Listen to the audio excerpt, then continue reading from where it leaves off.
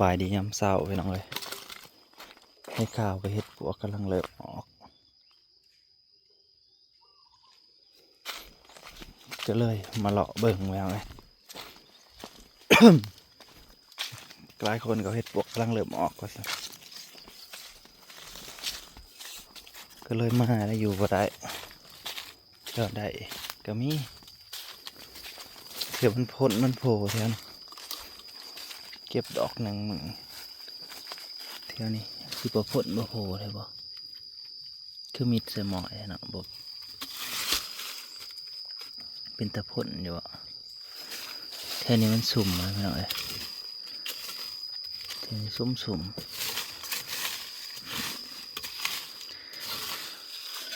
เฮ็ดปวกตะพ้นตะโพอยู่บ่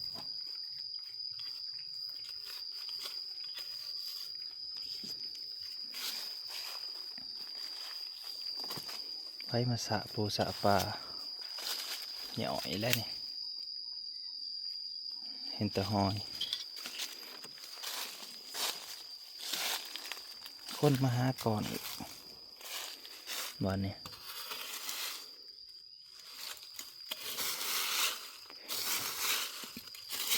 ออกสับ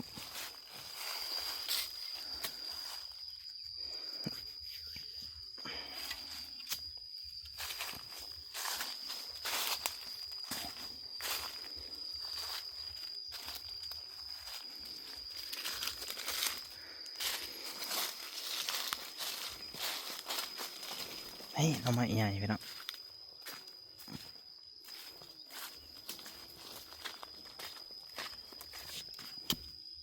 เขาบอกเอาบ่เลยว่าเขาเอาไปแล้วคิดว่าเขาบอกเอา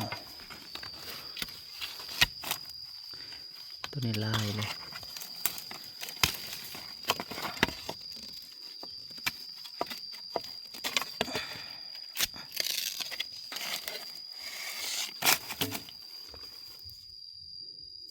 หน่อไม้ลาย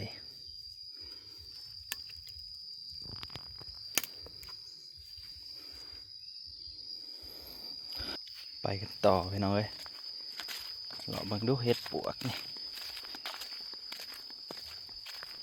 ถ้ามันออกมันกำลังพ่นสำนี่ดีใจก็จะพอเห็ดกินได้เห็ดยังไง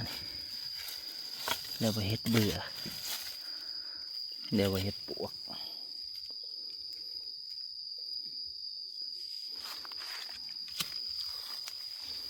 ยังมีใส่หม้ออยู่แล้วมันแห้งเกินไปป่ะ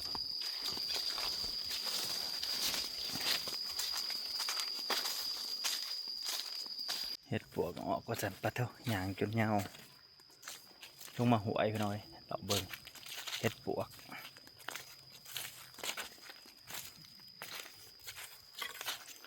เลาะไปเรื่อยๆห่อนครับ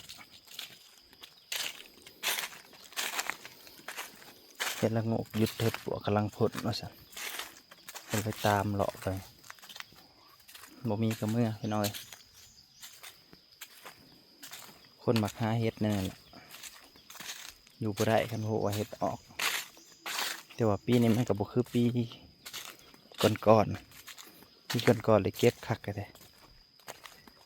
เก็บมวนแต่เห็ดนะอยู่ข้างแถวข้างเทียงหน้า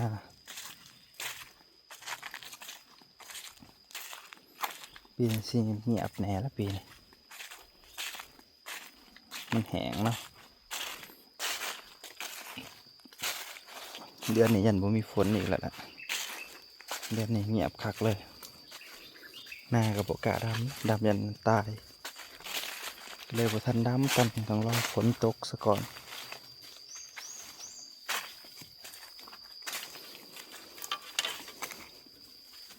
ออกมันจะออกคือนี่ได้เห็ดนะพี่น้องเลยขณะออกเดี๋ยวว่ามันสุ่มๆนั่นนี่นะห้วยดอกคายยาวๆอยู่ได้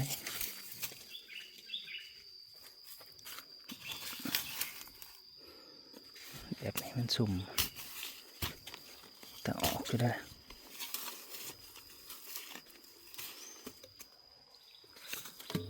เดี๋ยวยังทันผลบ่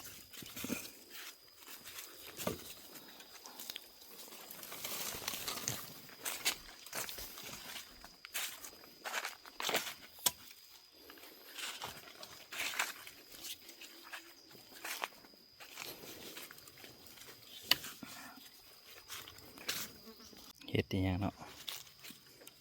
ไม่เห็ดปวกคือสิคักเฮ้อเมนอลีพี่น้องเมนอลีพี่น้องเมนอลีเราคิดว่าเห็ดเนี่ยก่อนเอาเบิ่งน้ำกันดูพี่น้องเมนหรือบ่แมนเอาแมนอลีได้เนาะเห็ดปวกอลีได้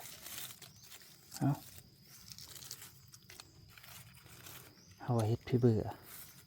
ออกน้อยเดียวนะโอ้ย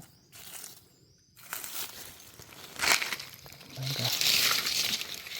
มันกำลังผลออกเสยเห็ดปวกพี่น้อยเลาะไปเลาะมาไปออกเสยกูคิดว่าสิเห็นนั่นแหละ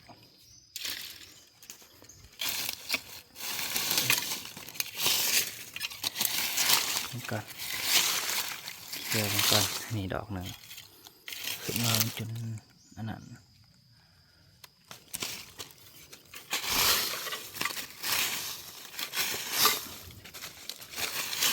ออกน้อยแค่ละน้อยเดียวนะเห็ดปวกพี่น้องเว้ยอ้าวเห็ดปวกใหญ่เก็บครั้งแรกของปี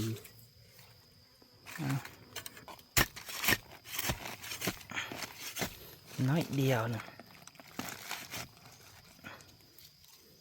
เห็ดปวกก็ได้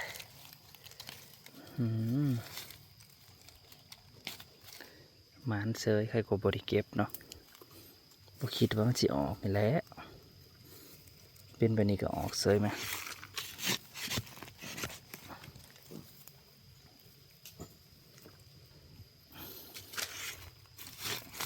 มีความหวังซะหาต่อไปพี่น้อง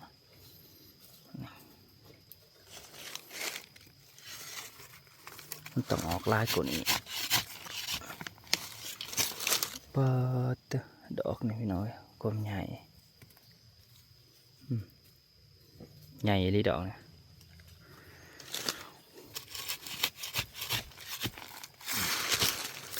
เอ้ยเนาะเสียดายออกหน่อยหาเบิ่งคักก่อนโอ้แน่มาว่าเฮ็ดยังวะเดี๋ยวหาเบิ่งคักก่อนพี่น้องส่วนคือมาปะมันจะออกลายอยู่นี่กำลังตั้งได้เอาไปงัดปวกนี่กำลังจะออกลายงัดแข็งเกินไปแม่นยังพี่น้องเบิ่งก่อนเด้อขออนุญาตเบิ่งก่อนว่าแม่นยังกันแน่แตะขึ้นมาอะไรเฮ็ดปวกพี่น้องแตะขึ้นมาขังนี่แตะขึ้นมาเสย2 ดอกเฮ็ดปวกเบิ่งคัก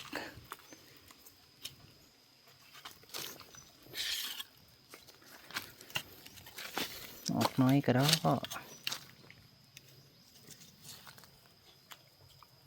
มันแห้งแรงแห้งบ่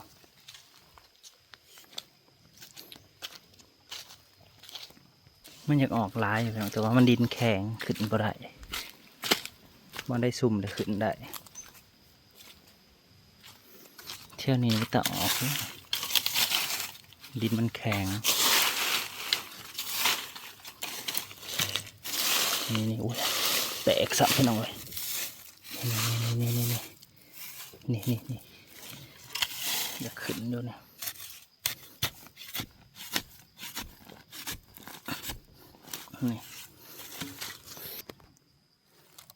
นี่โอ้งามมาดีพี่น้องดอกเห็ดปวก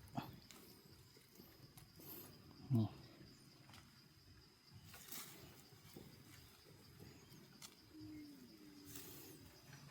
เหี่ยวๆน้ำ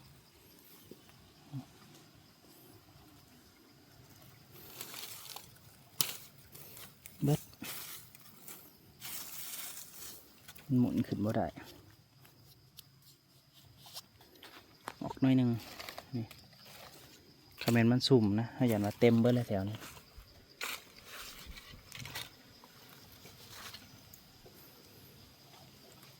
เห็ดปวกแล้วล่ะได้บุหรี่พี่น้องหมูนี่ได้น้อยเดียวอยากเห็นละโงกบานเสยมะลิอยู่ไกลๆหมูอยู่เห็ดละโงก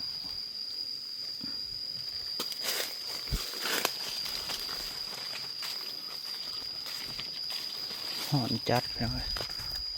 เหือหอนคักหอนแน่กระโบเสียเถี่ยวเลยมันนี่เพราะว่าเฮาโอ้เหือเขาตาเฮามาเฮาได้เก็บเห็ดปวกเนาะน้อยหนึ่งกระยามันไม้ปีเก็บไม้ปีเห็ดปวกก็ได้ติดตามต่อไปเนาะมานี่ก็มีนะสิมีอย่างแน่นอนเดี๋ยวเฮามานี่ก็เป็นไปได้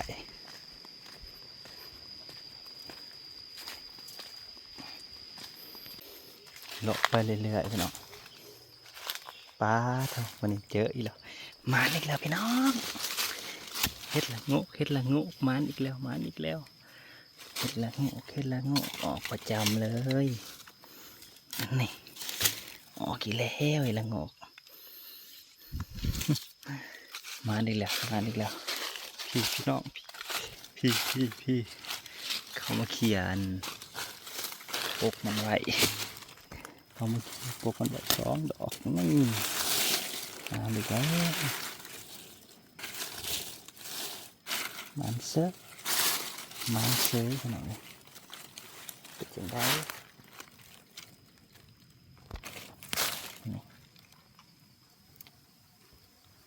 2 ดอกงามๆเลยได้3 ดอกพอดี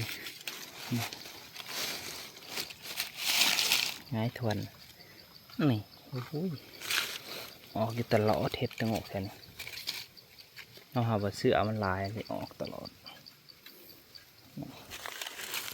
ได้เติมกันเข้าไปอีกแล้ว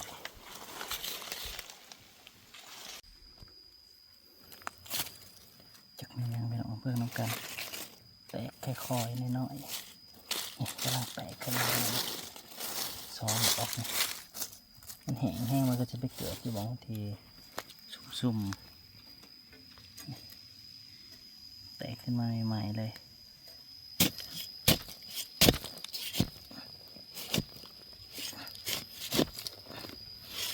เดี๋ยวน้ำกันปังต่อได้แบบนี้งามๆเลยโอ้ยสันหน่อยเดียวนะสันโพดเนาะสับก็ได้คิดว่าจะได้ยาวบ่ได้ยาวสักสันก็ดุด ตามเบิ่งก่อนแห้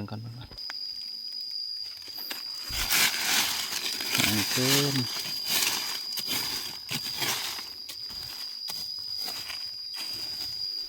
แห้งเกินไปบนได้สุ่มแล้วออกได้บนได้แห้งแล้วบ่มีสิทธิ์ออกเลยออกบ่ได้ดันบ่ได้